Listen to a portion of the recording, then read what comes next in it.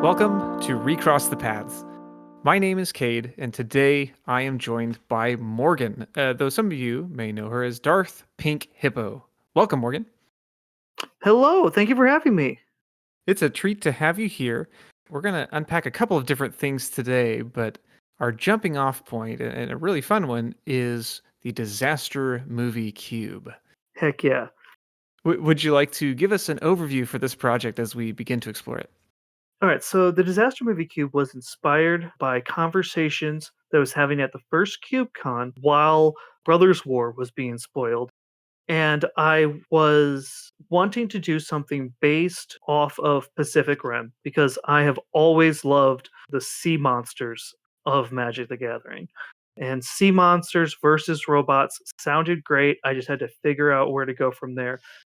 It morphed into a three-color faction cube a la Streets of New Capenna, just with the factions, instead of being crime families, were different potential movie problems. Kind of various crises that you can engage with, I guess. Yes, like so Sultai is set up to be sea monsters, and Jund is lands, so you have a bunch of man lands is the theme there. With Naya artifact creatures, so you have a robots element that leads into our Jeskai time counters. So we're having like weird time rifts opening up and monsters coming in from the past. And finally, we have our heroes, the people in Esper vehicles who are in mechs and cars trying to save the day against the horrible disasters and monsters happening all around them.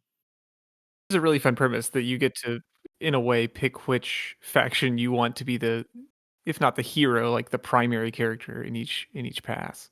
You don't just have to pick the robots as the hero. Like maybe you want to destroy the world as the sea monsters. Yeah, it's fun to play Retreat to Hagra and play your lands and it be like you are have some kind of oil spill that is draining the power from your opponents, or you're playing Glarb Calamity's Augur and you're just foretelling the not the mechanic, even though that is in the cube, but you're like seeing him giving you portents of the horrific monsters that are going to be destroying the coastline. And that's like such a fitting, flavorful card name too. It really was. And he also helped solve the problem of what the heck do I put in the Sultai slot? Because they haven't exactly printed a three-color sea monster card yet for me to put into this cube. And so Glarb, specifically caring about high mana value cards and playing with the top of your library to give you that little bit of card advantage you need, is perfect. Absolutely slot in perfectly here. And the killer name. So before we dive into too many specific details, I wanted to ask a little bit about what drew you to this kind of design. I know a lot of folks will approach cube building from, either a mechanical space or maybe a set or something like that. What brought you to kind of a broader prompt like this? I love thematic design. Like, it is my very favorite part of Magic is seeing the way that some real world thing or some media thing is translated to the mechanics of a Magic card. And I want the cubes that I build and the decks that I build for the most part, because I don't play much of like say standard or modern or whatnot.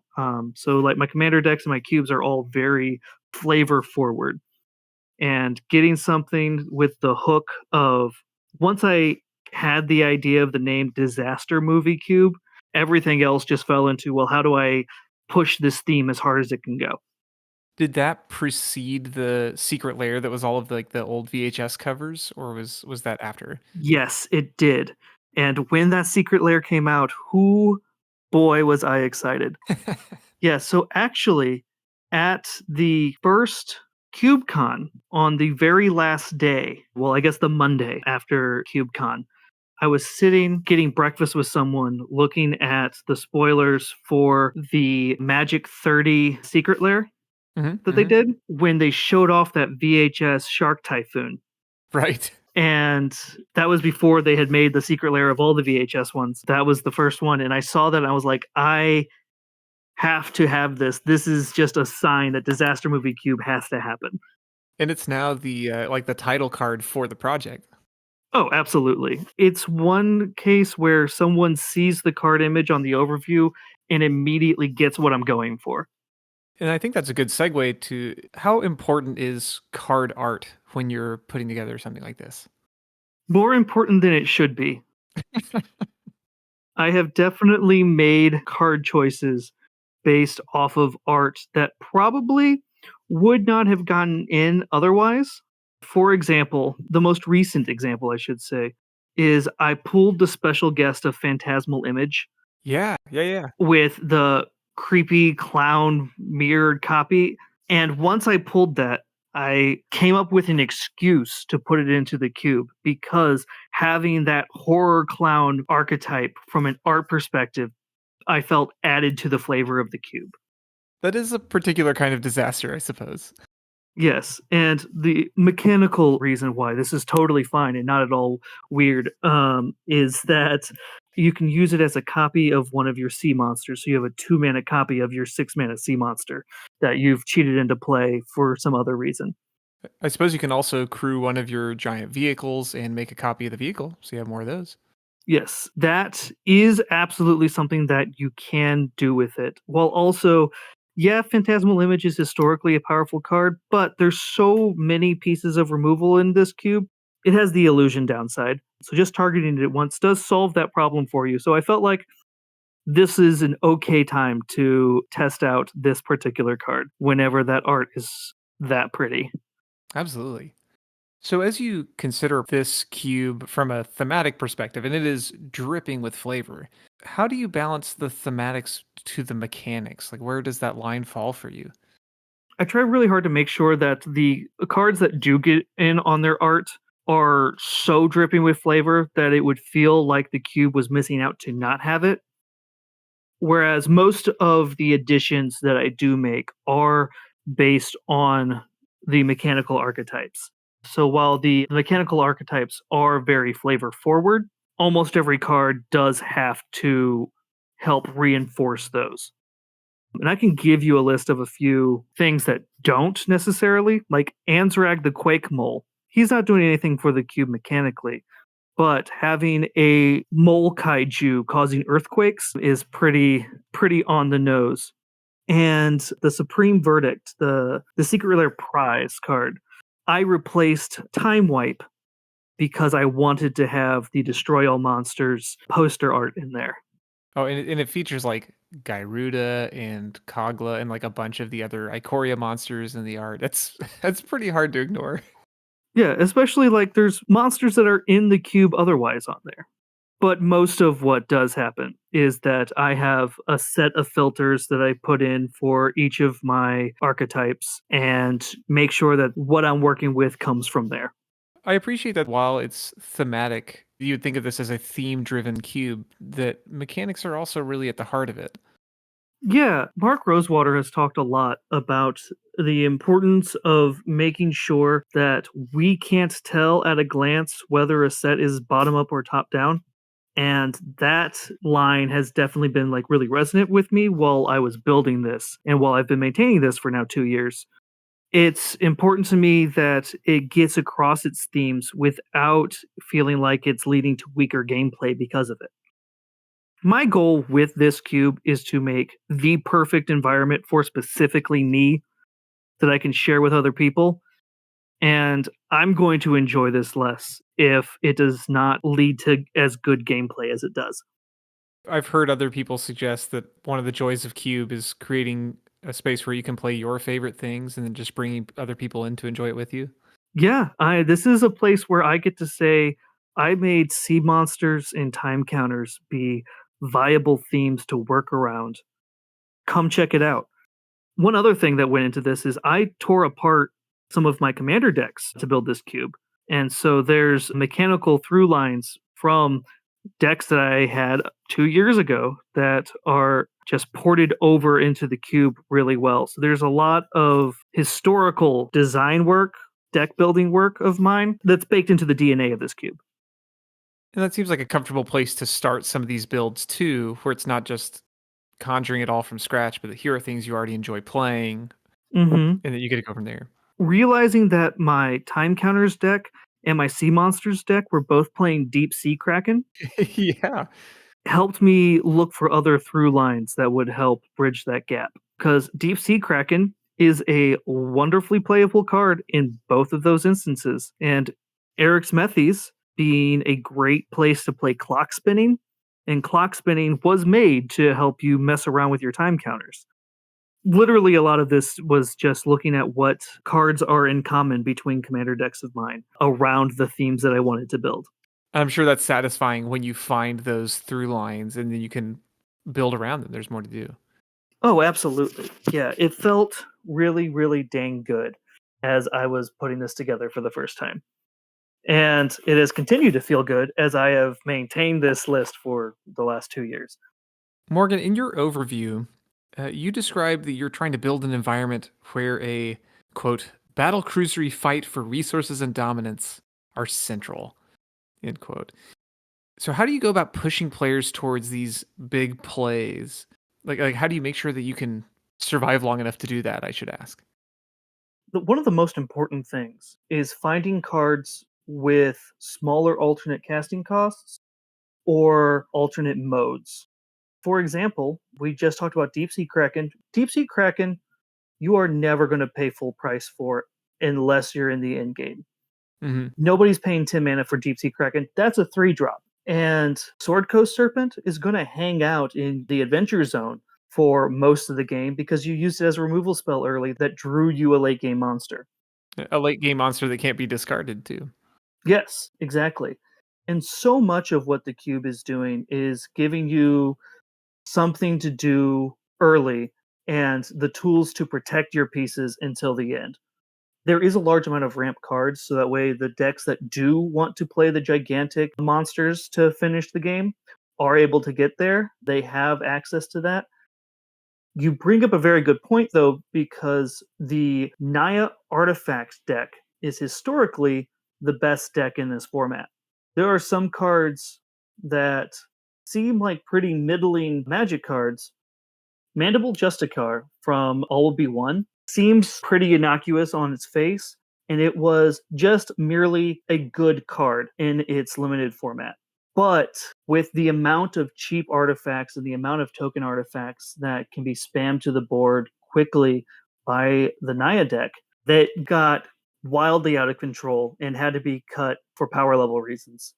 Again, Mandible Justicar, not an amazing magic card, but here it was strong enough to be busted because it only had to race people trying to get to 6 mana to drop a sea monster. Well, it sounds like the Mandible Justicar is kind of an exemplary aggro card in this kind of environment where if things are a little bit bigger, it doesn't take, like, it doesn't have to be Ragavan levels of power to be aggressive. Like, just a 2 on with lifelink, I think it's worth noting. Crunching in several turns in a row before you can put down interaction gets pretty spooky. Yeah, no, it's wild what cards have turned out to be crazy. And so while I was doing my last round of cube contesting, I was cutting cards that people who hadn't played this much are like, "What is wrong with that? That's obviously mid." And I'm like, "Well, against the battle cruiser decks, this card is an insane aggro piece." So hopefully, we have finally tuned Naya artifacts to merely be a good deck in the format.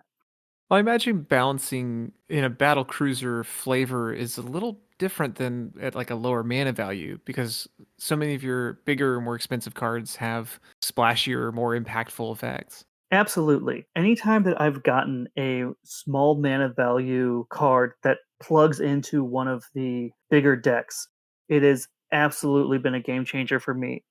Iridescent Vine Lasher from Bloomborough. It's the 1 mana lizard assassin with offspring and landfall. This creature deals 1 damage to target opponent. Having something that rewards you for playing your lands as early as turn 1 to start doing something other than just playing more lands was really important for the Jund deck, and that's been a real role player in the 8 weeks since it came out. In something like this where you get to play it early, or if you draw it late, it's not embarrassing to drop out with the additional costs. So you're talking about big things with small alternate costs, but having small things with big alternate costs seems like a nice thing to add to. Yeah, and the key card, Shark Typhoon, being a monster of a thing if you pay full price for it, but it's also going to be a flyer at any level starting at 3 mana. I've played a fair bit of Legacy in my time, and Shark Typhoon has disrupted a fair many games for me, so I'm quite familiar with that one. Delightful. Sometimes the phrase battle cruiser gets a bit of a bad rap, typically used in reference to commander games or something like that. Is that something that you find that your players ever take issue with, or is it something that like they just jump into the theme? This cube has a very long track record of people sitting down to play it for the first time, talking loudly about how weird and bad some of the cards are while they're drafting, and then get into their games and laugh and have a blast the entire time and make fun of themselves for the things they said about the cards that they're winning with. So people have definitely balked at the idea of playing such a battle cruisery environment or playing something that can be called battle cruisery, but I have rarely seen people have as much fun playing Magic as they do playing my Disaster Movie Cube. And I know that's a bit self-aggrandizing, but I'm gonna let myself pat myself on the back for this one. Well, no, it's nice to think that when you share something with others, when they enjoy it and they tell you, that's a satisfying thing. Yeah, feels good.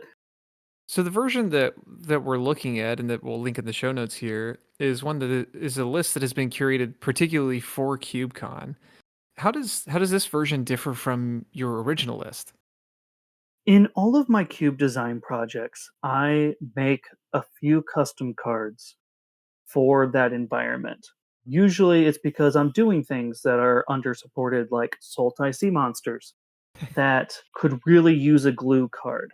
Or in other cases, there's a glue card that I come up with that gives two different players a reason to fight for a card in the draft that they might not have otherwise. For example, there's a card that's going to be featured in the Build Our Own Draft at CubeCon that is a black vehicle with landfall that I specifically concepted that card to be a reason for the landfall deck and the vehicle deck to bump heads a little bit. CubeCon, of course, does not allow custom cards in the main event. And so I had to look for other ways to express what I wanted. Also, this is not going to be very surprising. This cube was, before being accepted as a CubeCon main event cube, very proxy heavy. Prior to it being accepted, I was using proxies of the true duels, and I didn't feel like buying duels for one weekend. Yeah, a bit of an investment for an outing like that. Yeah, and to the people who said, "Why don't you just borrow them?" I don't want to be responsible for somebody else's duels for a weekend. In a strange way, almost more pressure Ab- somehow. Absolutely. So, whenever we switched from a true duels mana base to a shocks mana base, suddenly aggro got even better because their opponents were paying life to have access to their mana on early turns. And so that led to a cascading effect where I had to slightly nerf the Naya deck more. So that way they weren't just running over the battle cruiser decks. And so a lot of changes were made to compensate for how the mana base changed into something more affordable. And there's a few more changes of weirder silver border cards and whatnot, or cards that stall the game longer that aren't really a problem in a controlled Tuesday Cubes Day environment, but I wouldn't want to inflict upon the judges at CubeCon. And I'm sure the judge staff will thank you for that consideration. I hope so. Shout out to Bones. I have done this for you. Please love me. But also, like Standstill. Standstill is an excellent card in this cube in the regular Tuesday night drafts, but I don't want to incentivize people not casting spells in a tournament format. And it's a shame in a way because Standstill is also such a fun, like calm before the storm type card, hmm flavorfully. But ultimately, we all know that constraints breed creativity. And so I got to look for more and more things that helped me out here more things that could help fill these slots. And also, new cards came out. It was easier to plug in new cards from Duskborn whenever I knew that I was pulling out Standstill and Peace Talks. Peace Talks, if you don't know, is a card that says nobody can attack for this turn or the next turn, which in a tournament format, not a great card that you want to see. I don't want to be the reason that rounds go to time. And I know that's a tricky balance to try to keep the games moving, but also make sure there's enough space for your top end things again. Exactly. And then with some of the sillier things, pulling out some of the sillier custom cards gave me room to put back in Opening Ceremony from Infinity, which lets you open another pack from the cube.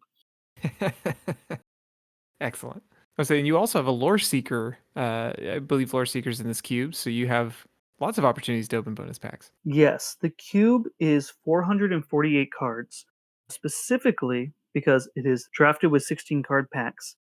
And so if 8 people are drafting, they're going to draft 384 cards. Add a Lore Seeker pack, that brings us up to 400 cards, and then that leaves me with 48 cards to be 3 different castings of Opening Ceremony.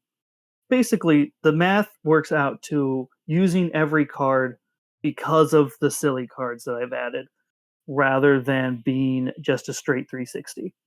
No, that's fine. And it also provides a little bit of variety too here, where it's not, you don't get exactly every card in every draft as you're drafting. Which I love. The other list is about 500 cards, just because I do love having that wild variety. But cutting down to here was a fun design exercise of figuring out what exactly is just my extra chaff. And some things did slip in, like I opened Jeskai Baller in a Mystery Booster 2 draft the weekend before lists were due. And you have an athlete who is thrust into a disaster movie and has to get out somehow. So a few silly things did still make it in, even if we were cutting down on chaff in other places. But I imagine you would lose some of the feel of it if you completely nixed everything that had that sort of feel to it. Oh, absolutely. There needs to be those comedic moments from a movie in this draft. You need to have silly moments for the audience to get a bit of a chuckle before we have an entire army of scoot swarms rolling over our heroes. It turns out there are always more scoot bugs. Oh my god, there's so many scoot bugs. Controlling for scoot swarm, another one of the balancing points of this cube. I need it to be a good card, but it can't be the best card. I've heard some designers suggest that your mana base defines the experience of your cube. In making some of the changes for this list for an event like KubeCon, does it feel like you already described some of the changes that led to? Does it feel like it redefines like the whole character of the environment that much? It did. It really, in a way, it did. Also, speaking of the mana base, with this being a faction cube, the mana base is more focused in the color pairs that overlap between the shards and wedges that I used. And that was something that some people have had issue with, is there's only 4 Izzet lands, but there's 7 Golgari. That makes me feel worse about playing Izzet. I'm like, well, if you're an Izzet, you're probably the only person in Izzet, and you're absolutely playing the time counters deck. Whereas the Golgari is being fought over by both the lands drafter and the landfall drafter. And I guess that doesn't actually answer the question you asked, which is how it changed the texture of it. It did. It absolutely did change the texture of the cube. I had to make other changes. I had to power down aggro because the mana base was helping aggro win more all of a sudden. It also changed like what early plays people were doing.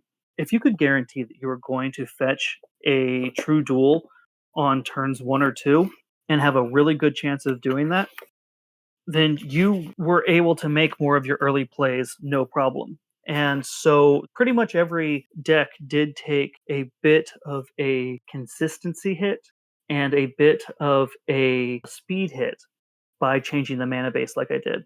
And a lot of the changes for KubeCon around that were making sure that I still got the feeling of Disaster Movie Cube from pre these changes while still having this particular mana base.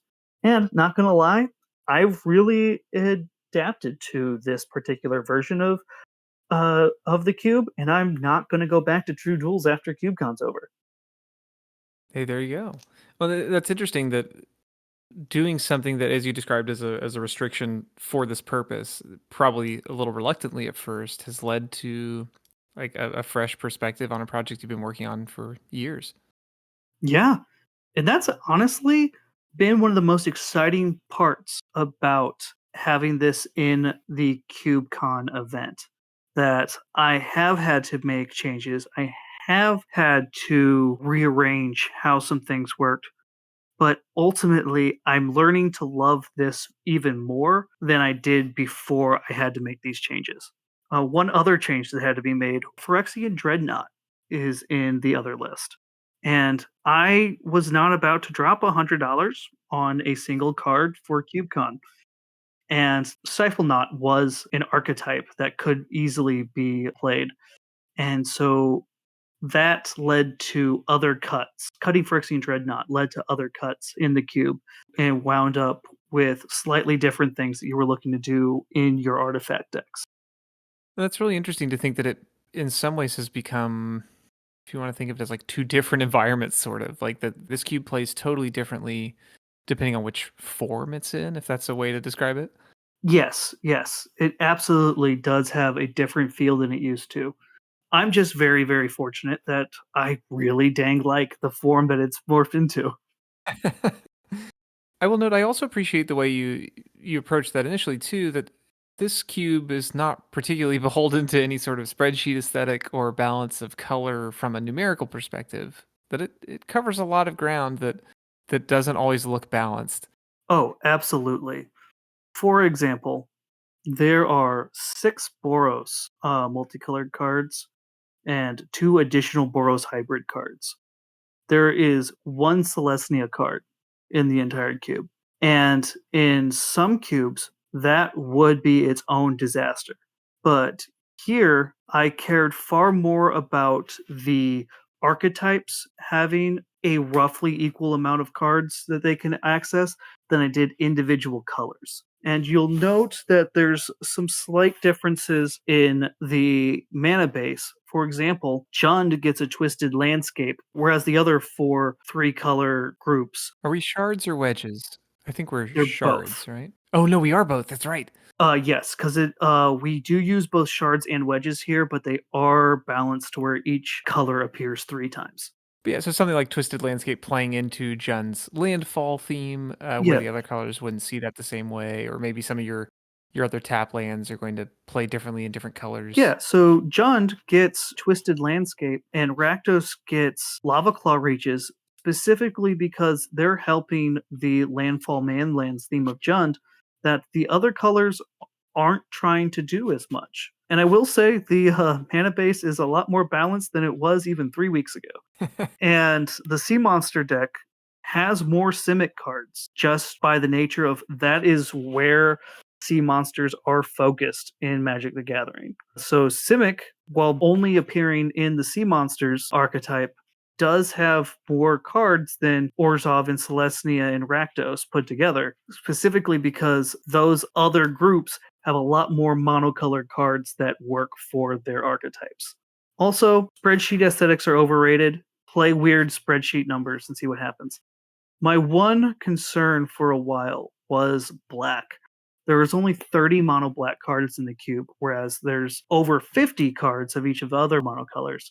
But that's ultimately not led to poor gameplay in a draft, as the individual black cards are all pretty strong role players, and they're doing something important for the groups that they're in while not being the main focus. And if the assumption is that every deck is going to be 3 colors anyway, having one color be mostly a splash isn't felt poorly in the drafts. You don't see that very often. Like often it is like one color is overrepresented, but this is really neat to see one that is. It's not that it's underrepresented, I suppose. Just that the numbers look off here, even if they play well in the cube itself. Yes, it did actually take some work for me to accept that the cube is better this way than if I found 20 worse black cards to add to the cube. That's a really good thought. I like that. I could definitely find 20 more black cards to add here, and I could definitely cut 20 non-black multicolored cards to make the colors come out more equally. But ultimately, that would drastically hurt both the theme of the cube and the way that I've built it to play. As you consider the Disaster Movie Cube, what advice would you offer to other designers as they're working on their own projects? Throw out spreadsheet aesthetics. You don't need it. What you need is the cards that work for your cube to all go together. You don't need your spreadsheet to look pretty. Also, just build a custom card for your cube. Just one. Just look at two of your archetypes that seem to be slightly less supported than the others. Imagine what card you would put into your cube that would bridge that gap and see what happens. I needed a good removal spell in white to help shore up some of the weaknesses of the time counters deck. And so I made a custom card that was essentially a Traxy Warden from the Doctor Who decks. And then when the Doctor Who decks came out, and Atraxi Warden was a suspend for one and a white that exiled the target tap creature whenever it entered the battlefield. I was like, this is exactly what I had. I can just replace my custom card, and I know that this is going to be exactly what I want it to do in that slot. And so maybe making your custom cards for your cube is going to give you early reps with future magic cards from Wizards of the Coast. And you get to feel like a genius if you if you hit the nail on the head like that. Oh, absolutely. I felt like a god when Atraxi Warden came out. But yeah, so throw out your spreadsheet aesthetics, print yourself some custom magic cards. Oh, Morgan, as we trend toward wrapping up here, one of my favorite questions to ask is if you could have any card printed as a promo, speaking of custom cards, I suppose, what card would it be and who would you have do the illustration? I think I would want Eric Smethy's Slumbering Isle as done by Dominic Mayer. Excellent. I feel like letting him make a movie poster version of Eric Smethy's, just something evocative that shows off this gigantic killer island in all of its glory in his particular intense style. It would be the new signpost overview image for this cube. Because he does some really striking, like heavy brush strokes, kind of almost impressionistic in its shape. That would be pretty amazing. Exactly. Every time you see a Dominic Mayer card, A, you know it's a Dominic Mayer card, and B, there's such intense emotion going on every time. And it's those huge movie poster feelings that would be all over this cube. I don't know how you would show the intense emotion of slumber, but I bet Dominic could do it. I'm picturing Eric Smethy's rising up from the deep while people are falling off of its back. It would be an action shot, probably, of Eric Smethy's no longer quite being asleep. Excellent. That's gnarly. Cool.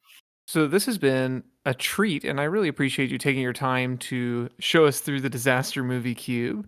If folks want to learn more about the DMC or anything else that you've worked on, where would be the best place for us to point them?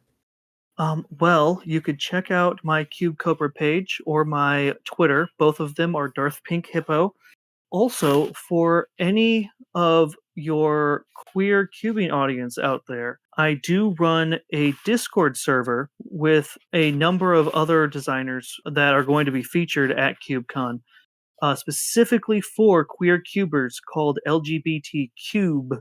And we don't allow public invites specifically because we don't want rated by people who hate us. But anybody who wants an invite can DM me on Twitter. And my DMs are always open on Twitter. And I can let you in to hang out with a bunch of really cool other queer cubers as we get ready for the best convention of the year. All right on. And I'll have those links available in show notes so that folks can get connected. Cool. And thank you so much again for your time and for your passion here. This is so much fun to talk through, and I'm looking forward to potentially getting to see the cube in person here in just a few short weeks. Thank you for having me on. Thank you for giving me the opportunity to talk about a thing I love.